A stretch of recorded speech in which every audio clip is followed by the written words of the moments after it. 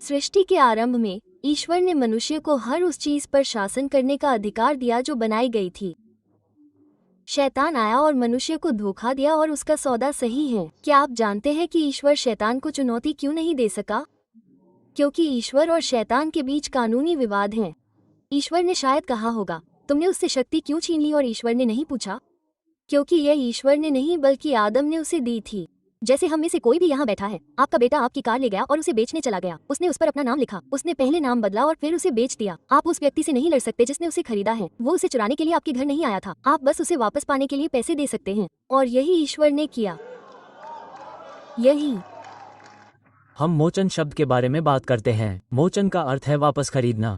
हो सकता है कि आप में से कई लोगों ने पहले अपनी जमीन बेची हो सकता है कि आप दबाव में हो या किसी परिस्थिति में हो और आप जमीन वापस चाहते हो। आपको इस बात से कोई फर्क नहीं पड़ता कि आप उसे वापस पाने के लिए कितना भुगतान करेंगे। परमेश्वर ने कभी इस बात की परवाह नहीं की कि इस चुराई हुई शक्ति को वापस पाने के लिए उसे कितना भुगतान करना पड़ेगा। उसे कोई फर्क नहीं पड़ा, इसलिए उसने सबसे ऊंची कीमत चुकाई।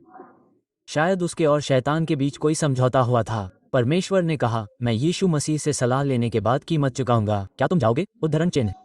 बेटे ने कहा, क्यों नहीं, मैं जाऊंगा। उद्धरण चिन्ह। और बेटा गया और उसने एक समय पर परेशानी देखी।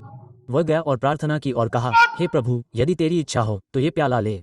फिर उसे अचानक याद आया कि यह एक वाचा थी। उसने कहा, तो भी मेरी नहीं परंतु तेरी इच्छा पूरी हो। उसने इसे वापस पाने के लिए कीमत चुकाई। उसने शैतान से कहा, मैं वापस आ रहा हूँ। जिस स्त्री को तूने धोखा दिया है वह दूसरे व्यक्ति को छुड़ाएगी जो तेरे सिर को कुचलेगा।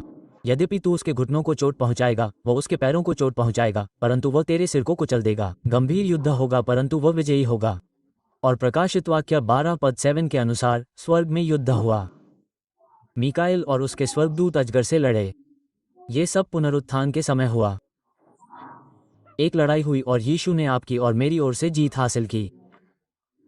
इसलिए प्रभुत्व वह आया और उसे वापस ले गया और उसने घोषणा की कि स्वर्ग और पृथ्वी पर सारी शक्ति मुझे दी गई है। मैं इसे स्वर्ग नहीं ले जा रहा क्योंकि स्वर्ग में शक्ति की कोई आवश्यकता नहीं है। स्वर्ग में व्यवस्था है। उन्होंने इसे आपको और मुझे इस अव्यवस्था वाली दुनिया में दिया ताकि हम प्रभारी हो सकें। इसलिए पुनरुत्थान ने आपको प्रभुत्व में वापस ला दिया। बिशप डेविड एबियो के संपूर्ण संदेश और कई अन्य प्रेरक संदेशों को पाने के लिए आज ही बिशप डेविड एबियो यूट्यूब चैनल पर जाएं।